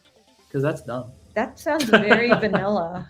If anything, it equates them with a just okay airline in my mind. That's that's interesting. I'm gonna have to look that up. To be clear, Tim, you're gonna ride Manta in Florida, or you're gonna ride. There's a Manta here too, and it's a completely different ride. Just making sure. I like Florida's Manta. Oh, I don't like that. I don't know how I feel about that. I'm sure that SeaWorld is not going to see this live stream, but anyone who works for SeaWorld, if you have a chance to throw your hat in the ring, to tell them that that's not a popular choice. United Parks and Resorts sounds so boring to me. Oh well, I don't know. Not my circus. I will say this of SeaWorld and Bush too. We're platinum members because this is the chain of park, honestly, that we love the best, and we found them to be pretty reliable across multiple different parks. So we are platinum members. We have access to all 11 parks in the United States. I don't think that would carry over to the Emirates if we were able to fly over there. But here's my pass. Here's my platinum pass. Let me on everything for free. No. But we do, as platinum members, just to bring this home, we do get the occasional free beer offered to us. Yeah, but it's tiny, I don't really and it's like usually beer. Green and special. I don't know. That's only for St. Patty's Day. Yeah, I hate flying coasters, but I like Manta because like it has Manta. music. I haven't loved every flying coaster I've been on, but I did like Manta. I find the Superman one's okay. I hate the Superman one. Superman was my least favorite one I've Eh, ever it been was on. okay. Flying It was coaster. better I've had than yes, Nighthawk is the floor. Nighthawk was the worst. Nighthawk But is I the floor and thought will always that be the Green floor. Lantern standing coaster was worse than Superman. All right, we got a couple more. Wah, wah. Now, this one is the most tourist trappy of all the things on this Yeah, list, to be honest and with you. In probably terms of just so like what you overpriced. get out of the what you spend. But it is kind of like if you're talking to someone who's been all over the world, it's the first question you want to ask. Like, hey, have you been to Atlantis in the Bahamas?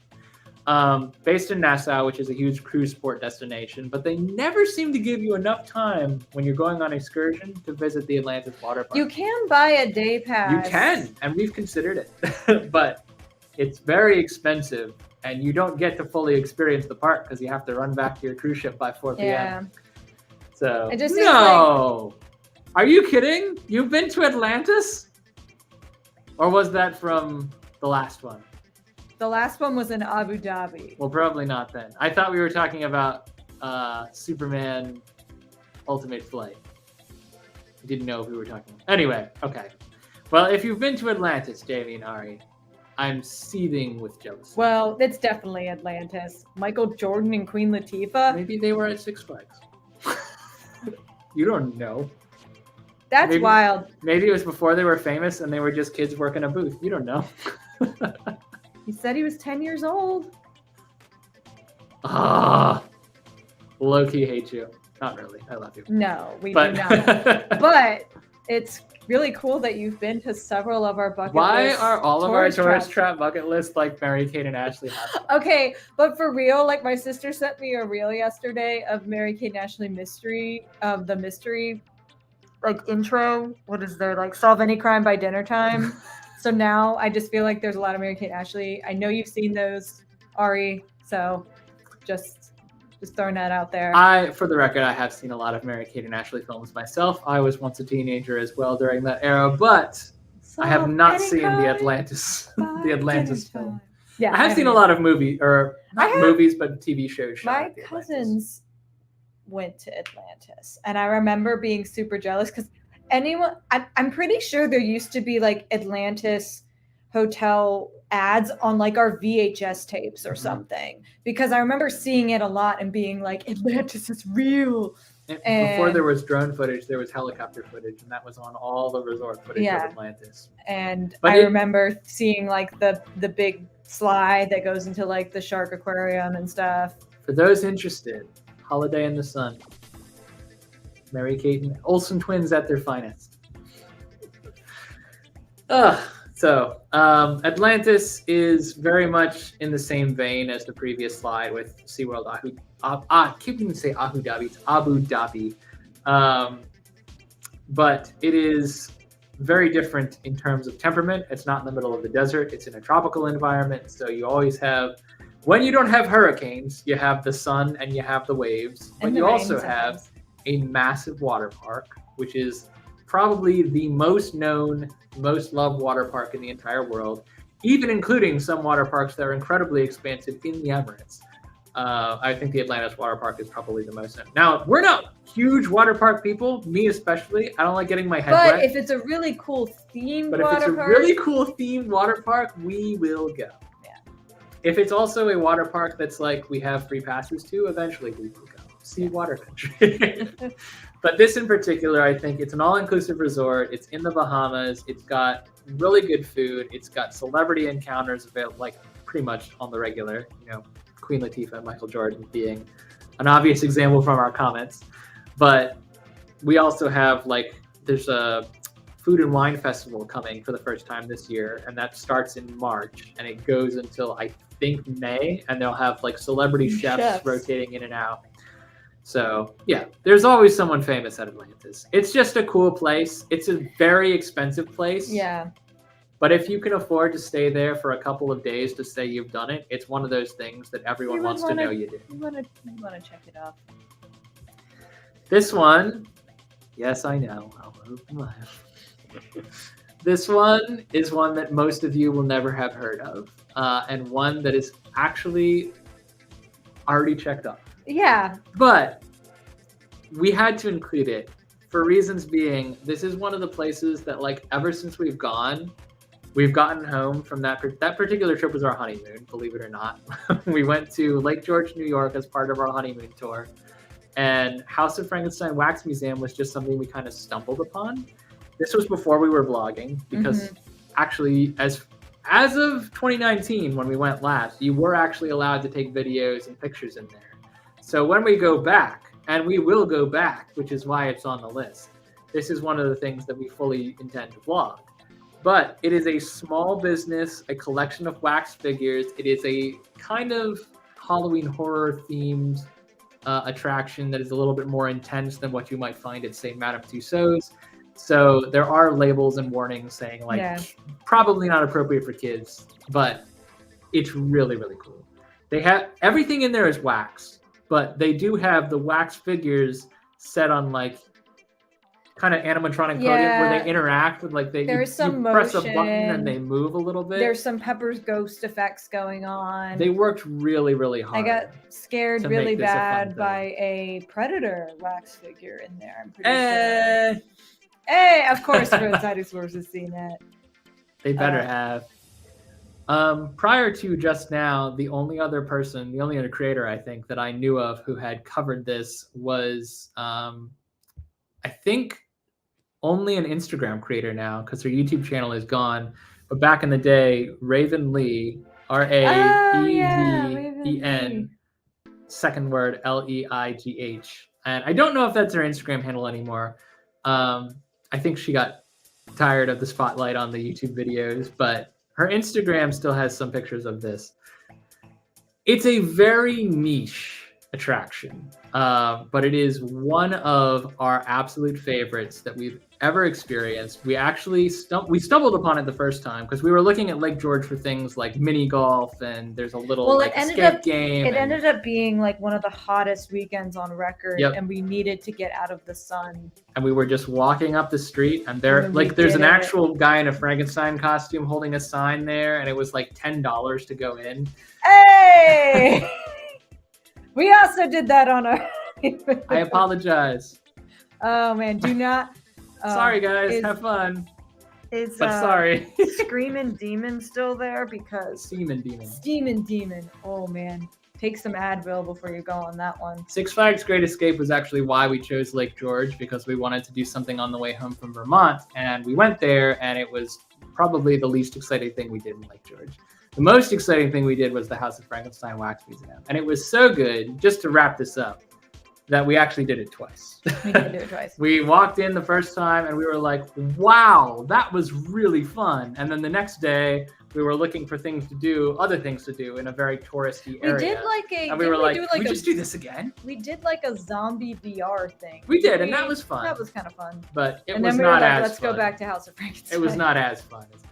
Yeah. They used to have a legit haunted house in Lake George too. Unfortunately, that closed down before we got to it. Yeah. I will say, for Six Flags Great Escape, because I don't want to poo-poo it and totally. We did really like there was some remnants of like a kind of fairy tale forest there. So that's what we found to be the most charming. It used to be the Enchanted Forest of New York. Yeah. It used to be that. And then Six Flags purchased it, and unfortunately they added their Six Flags flair, and it doesn't mesh well.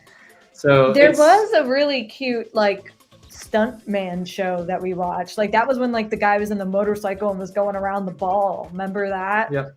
And then we had to leave shortly after because you got sunscreen in your eyes and we had to go. That was a whole other thing. That had nothing to do with the park. I don't blame the park for the sunscreen in my eye. I blame the weather. But I do think that Great Escape, if you're a coaster enthusiast or a flat ride enthusiast, there's not a whole lot there for you. I know that there is a new coaster coming in there for the first time in decades, but I also know it's a transplanted coaster. It's not like an original that they're building up.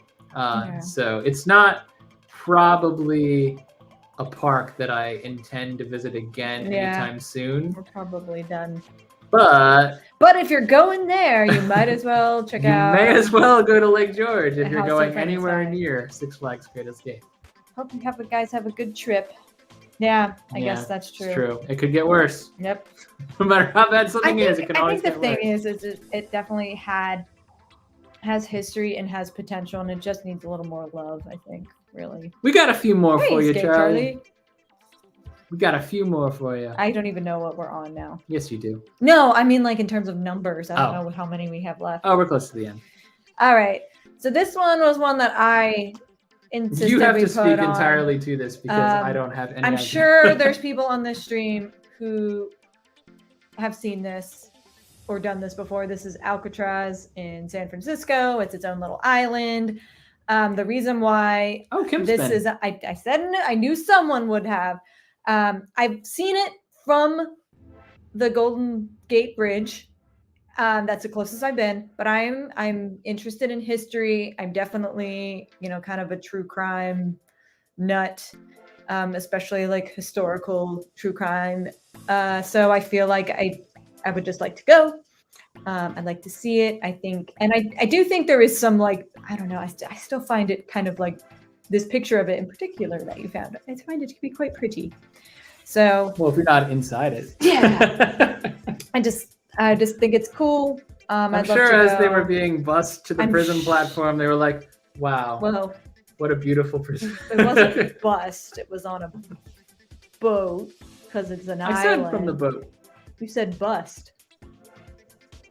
Well, I meant boat.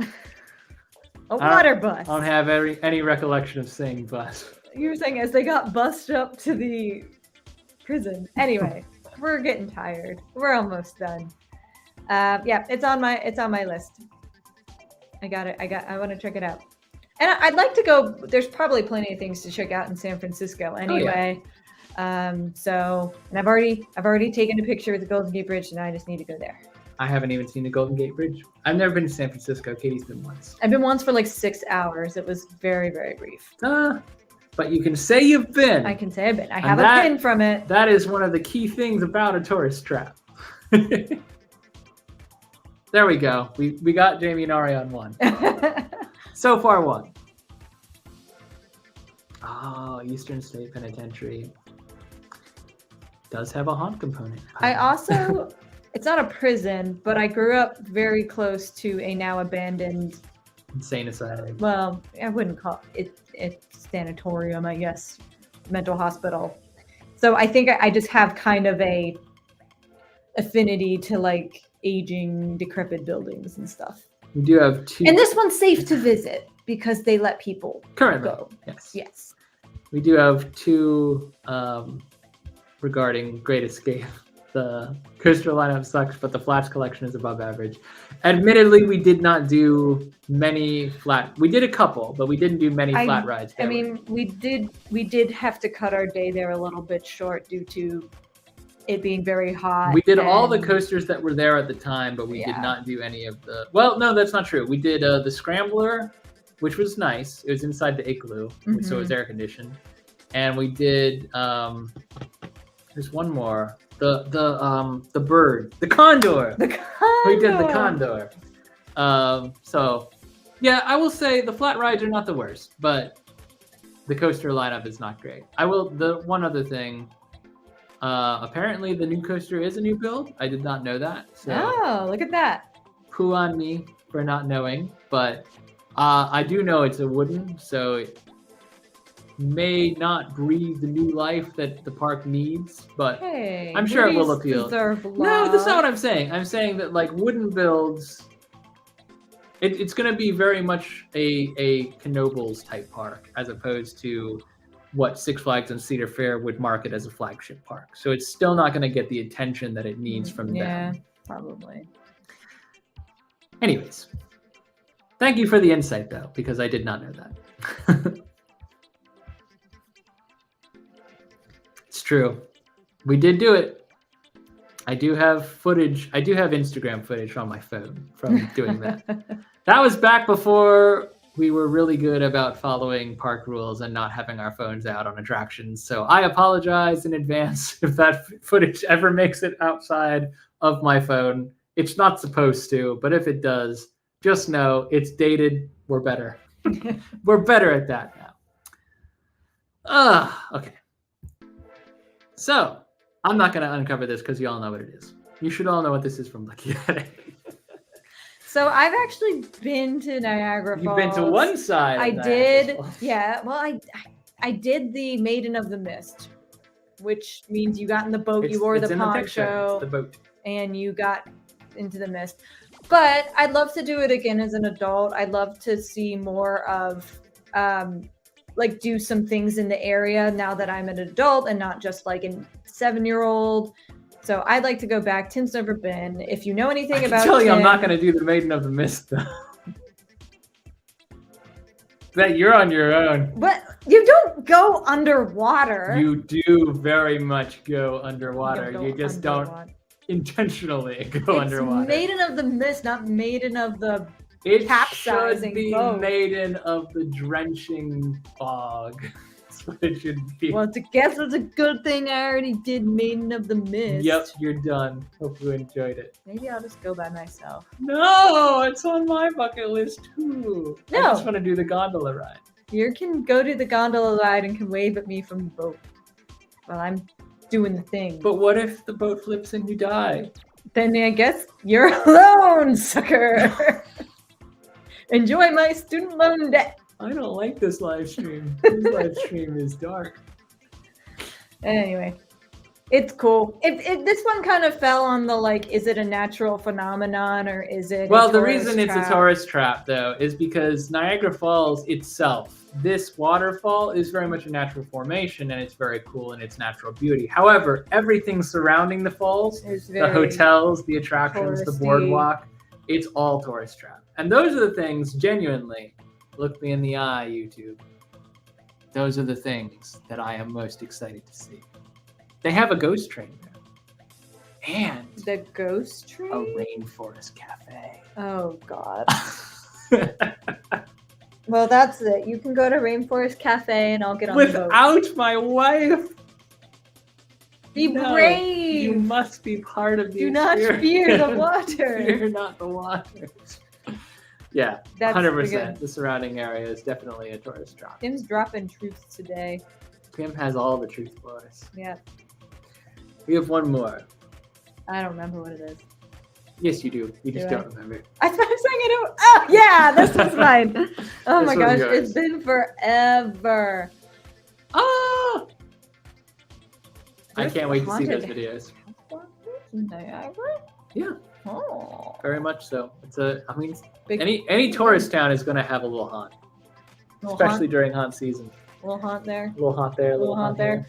So this is our last international destination. This is it's called the WB Studio Tour or Warner Brothers Studio Tour. I always knew it as Leavesden Studios, but it's not that anymore. It's not that anymore, I guess. But it is the studio where Harry Potter was filmed. I'm sure they may have other props and stuff in there, but part of it was filmed in California where we have the sets. But this is where most of it. No, I'm pretty sure it was filmed in London, honey. It wasn't filmed in California. Pieces are always filmed in California. I can almost guarantee it was not filmed in California. We may have props or replicas, but I don't think it was filmed in California. You're saying it like I mean the whole thing. Pieces. I'm gonna look it up later, but I'm pretty sure it was all filmed in London. Okay. And Kim, who has been dropping truths all evening, agrees with me. Well, we don't need your insight on this one. No, we absolutely do. Anyway, I want to see the sets. I have done things like I've seen I think it was the Harry Potter, the exhibition back in New York City. 2010-ish. It was around when I graduated high school. It actually came back recently. I believe it. But so it had some props, costumes, things like that. So very cool. But this is like, I mean, this is where things happen. If you are interested in a kind of sad at times but still very uplifting documentary, and you have access to HBO or Max or whatever it's called now, highly recommend the Boy Who Lived documentary, which is about Dan Radcliffe's stunt double. who unfortunately had a very serious accident and ended up a paraplegic after. So there's a scene at the end of the documentary where they go back to the studios where they both spent so much time and got to know each other and became friends. Highly recommend it. Definitely have tissues nearby because it will make you cry. But wonderful, wonderful documentary about someone who is such a big part of these movies and doesn't really get the credit for it. Anyway, you see props, character, maquettes, if that's the word, costumes. I think there's also some interactive things that you can do, kind of like when we did our WB This is the London half of the California tour that we took with our friend Kaylee in 2022. Yeah. I will also add to your list that for an exorbitant fee, you can dine in the Great Hall. Yeah. The actual Great Hall. Is this where Hannah did the Harry Potter tea? No. But Hannah has been to the studio tour. Okay. I know she did like a Harry Potter themed tea. Everyone check out Hannah Enchanted too. It's UK, so she's probably asleep right now. But she's a good friend of ours, and she has a lot of really great content that is UK based, including Harry Potter content. Yeah. So, want to go here? I'll probably cry.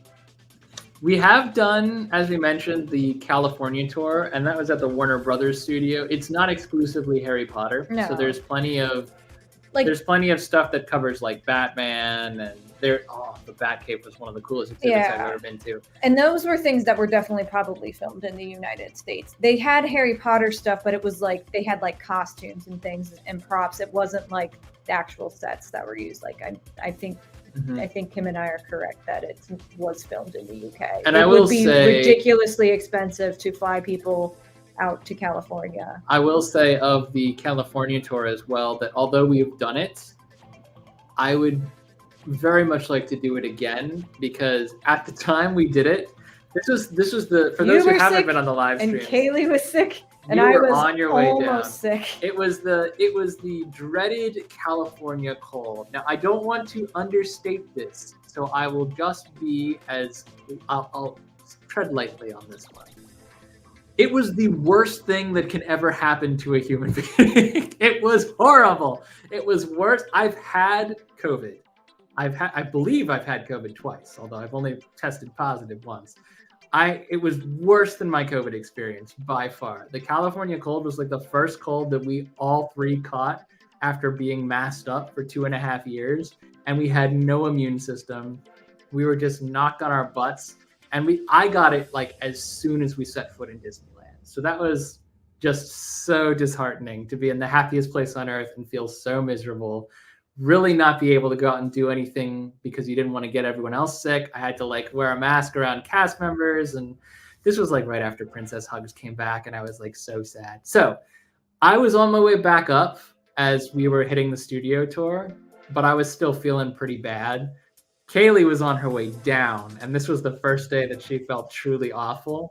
And Katie was somewhere in between where she was like, I got the scratchy throat. I know I'm on my way down. I was tired, but I wasn't quite sick yet. But yeah, we all got it in the end. But I got it on vacation. And the cool thing about the Hollywood one is you do a bit of like that tram. You get on the trams and they take you get to through, see like, the original sets, active sets and stuff. I don't know. I mean, there could be other things other than Harry Potter. You guys know I'm going there for the Harry Potter stuff. That's what's up. Oh yeah. Oh, I've actually, fun story. I've been on the train, the Jacobite train that is the Hogwarts Express. I've been on that train and I've taken the same path to Hogwarts, even though there wasn't a castle because, spoiler alert, that was CGI. There is not a castle. You mean it wasn't filmed at Universal Orlando where they have the castle? The train that you can go on it's called the Jacobite train. It's in Scotland, and it takes you through Scottish countryside. I've been over like the aqueduct that it's featured a lot in the movies, but it particularly a lot of people remember it because that's where like they got stuck for a while. The Dementors were attacking, and stuff like that. So. Kim, it's real in your She's heart. Shattered the world for us both just now.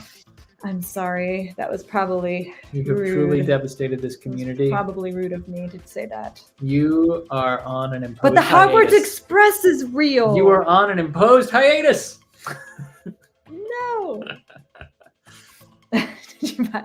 Well, take the lot. Take the lot. I don't think I did because I was on my parents' dime, but it was a cool thing that my mom did for me and my sister. And my brother too, but he was kind of young. He was like 5. even though it's not on the list, and 7. even though you have done it, I would also like to do that sometime. The Jacobite train? I would 100% do that again. It was super fun. It's going to be expensive. It's probably going to be more expensive than yeah, because the movies were still actively coming out. Yeah. I think we did it in like 2007. Nostalgia adds $20 tax to every single touristy thing. So just know that once something is in the rear view, it's going to get more and more expensive to experience it. Probably. All right. You want to wrap this up? Let's do it so that we don't hit 2 hours. All right, guys. Creator Spotlight, as always. This week, we kind of wanted to focus on people who were travelers, and that does not include all travelers. As you know, there are many travelers in our comments right now, all of whom I hope we've done a good job of leading you to, but if not, please go check out all of the channels for all the creators in our comments. In addition to, Brittany Wanderlust is an influencer who is primarily a nature explorer. I follow this account religiously because the stories are some of the most beautiful pictures I've ever seen of nature, and she's in a different place every day. I don't know how she finances her adventures, but what a life. Primarily Instagram, but she does have a website as well. I'm hoping to God I don't screw this up because I practiced it. It's not phonetic. Nakai Carey is she found us actually, and she's DC Baltimore based, but she does a lot of travel and particularly to a lot of tourist trappy areas. So I know she's worked with a lot of brands that are not necessarily tourist traps, but are small businesses that will draw the same crowds who are in town for tourist traps. And I know she has experienced some tourist trappy stuff as well. So really great person, very dedicated to her brand. Instagram is her primary, and she does have a website as well. I think I forgot to put it in, but I think she does have a TikTok. It's just harder to get to because you got to go through the link, so I probably just forgot about it. But Instagram is her primary. And then our friend Zoe and her family on Wishing Mouse, they do a lot of traveling, typically by cruise ship. A lot of cruising. So there is more tourist trappy stuff in those vlogs than you can ever hope to see in any other kind of vlog, because wherever a cruise ship takes you is a tourist trap den. But any of those creators, and again, all of the creators in our live stream chat right now, we highly recommend. If you see someone you don't know, go check them out. Roadside Explorers, 2 Tickets to Adventure, Jamie and Ari, who I will shout you all out. And shaking. You have been doing a lot of tourism in the last year. I know they have a focus or an emphasis on Disney because of the Keeping Up in Disney handle, but they've been doing a lot of keeping up in Gatlinburg, keeping up in Universal, keeping up at Kings Island. Yep. Elvis, where the Elvis Museum is. I can't remember. You Lots guys of know better than traveling. me. I like how sometimes in their intros you're like keeping up in this place. It's funny.